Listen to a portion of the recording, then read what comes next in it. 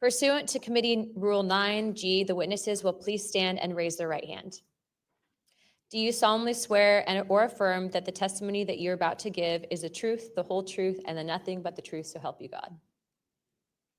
Let the record show that the witnesses answered an affirmative. Thank you. You may take your seat.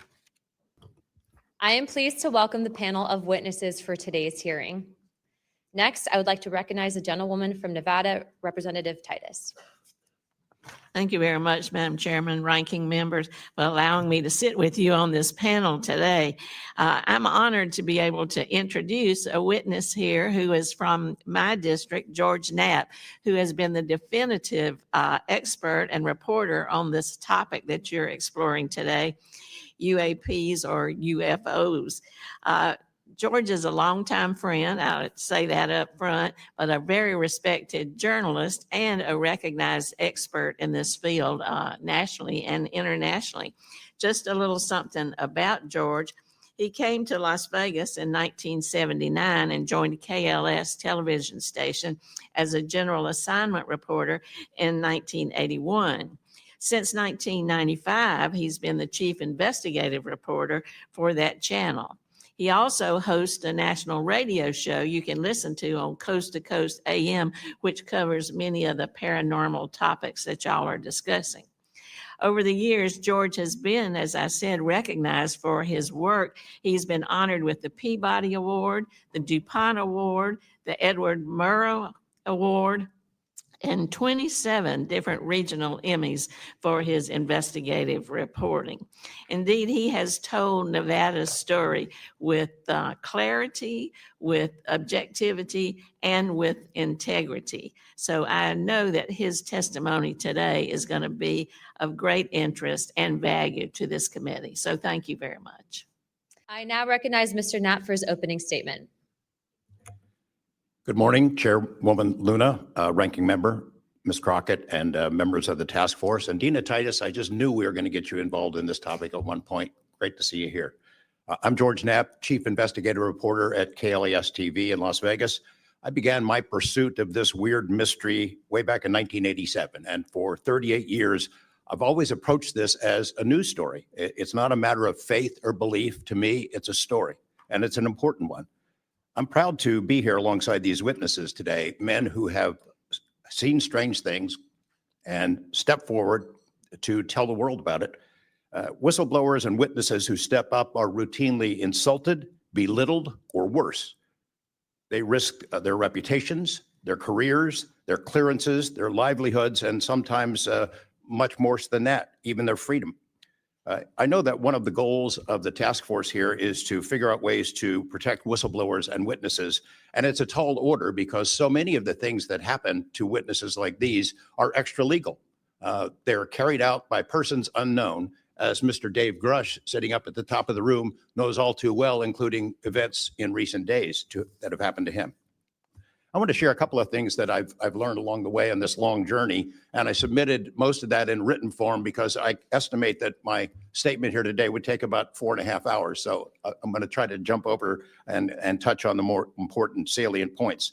I submitted the detailed written statement for the record, and we'll go into a lot of that here. But the public has been told over and over since the late 40s, there's nothing to worry about here. These mysterious craft seen by millions of people in the skies, in the oceans, over the land are not real. They're not a threat. The witnesses are wrong. They're crackpots.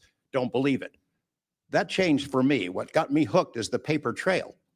Documents that were squeezed out of the U.S. government after the FOIA, Freedom of Information Act, became the law of the land. And those documents paint a much different picture than what the public, the press, and Congress have been told over many years. The documents from military and intelligence personnel behind closed doors admit that, quote, these things are real. They're not fictitious. They can fly in formation. They're evasive, and they outperform any aircraft known to exist, including ours. The public, of course, as I said, has been told something much different. Back in 1989, I reported about a guy named Bob Lazar, who claimed that he worked at a facility dubbed S4 out in the Nevada desert, very near to Area 51. He said he was part of a reverse engineering program. He said there are alien craft that would be taken apart to figure out how they operated out there. And that was a pretty tall order. I had clearly taken a dive into the deep end of the pool there. But in the years since then, I've interviewed dozens of other people, and I've detailed what their testimony has been in the written statement. They include Senator Harry Reid, Senator Howard Cannon, also of Nevada, a guy named Al O'Donnell, who was the first general manager of EG&G in Nevada, which managed the Nevada test site, which blew up hundreds of nuclear weapons.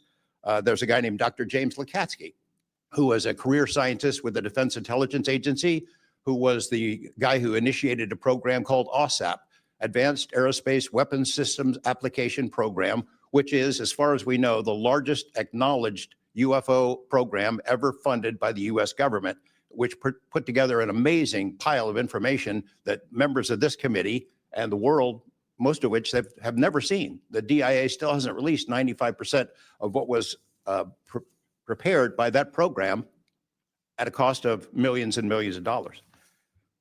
The one name I do want to bring up in this session, though, is Robert Bigelow. So looking into the idea of crash retrievals and reverse engineering, while AWSAP, that program, was active, the DIA's contractor, Robert Bigelow of Las Vegas, made a bold attempt to acquire physical proof of UFO crashes.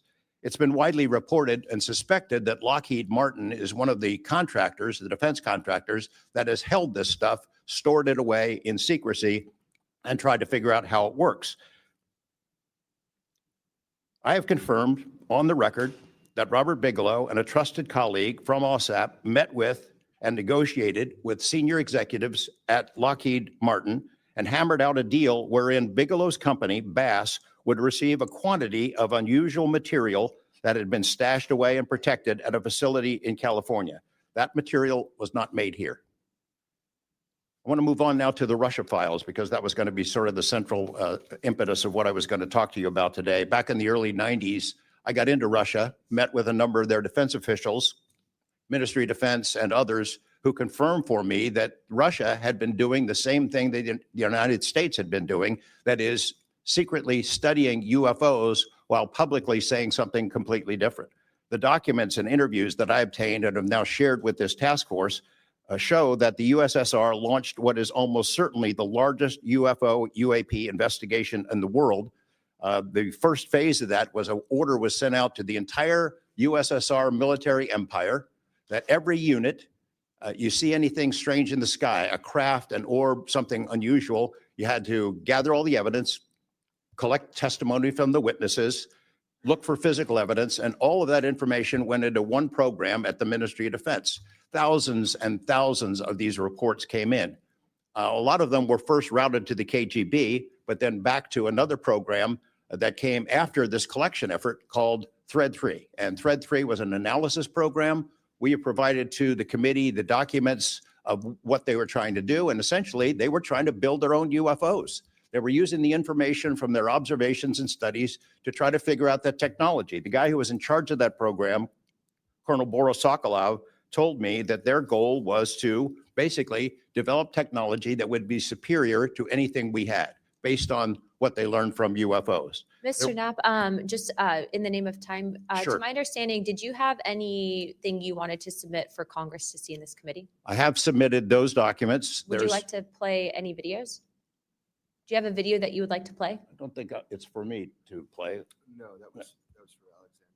Yeah, Alexander's video. Okay. You could play it. He could narrate it. Okay, we can, in the name of showing that video to everyone on task force, we'd like to play that video at this time. Sure.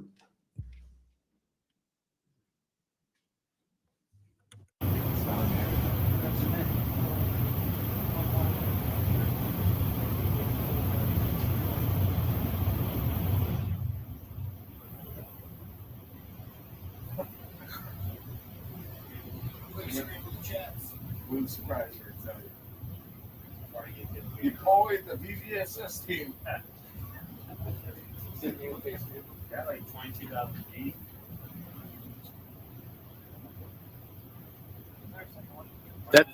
That shit took off earlier. If we can get rid of the audio real quick. Mr. Wiggins and Mr. Knapp, we'll get back to what that video was in a moment, but we just want to make sure that it was entered into the record, as well as all the documents. Those will be able to be publicly found for everyone in the country to view. If we could, Mr. Knapp, we'll continue on the line of questioning, but I'm going to move on to Mr. Borland's opening statements.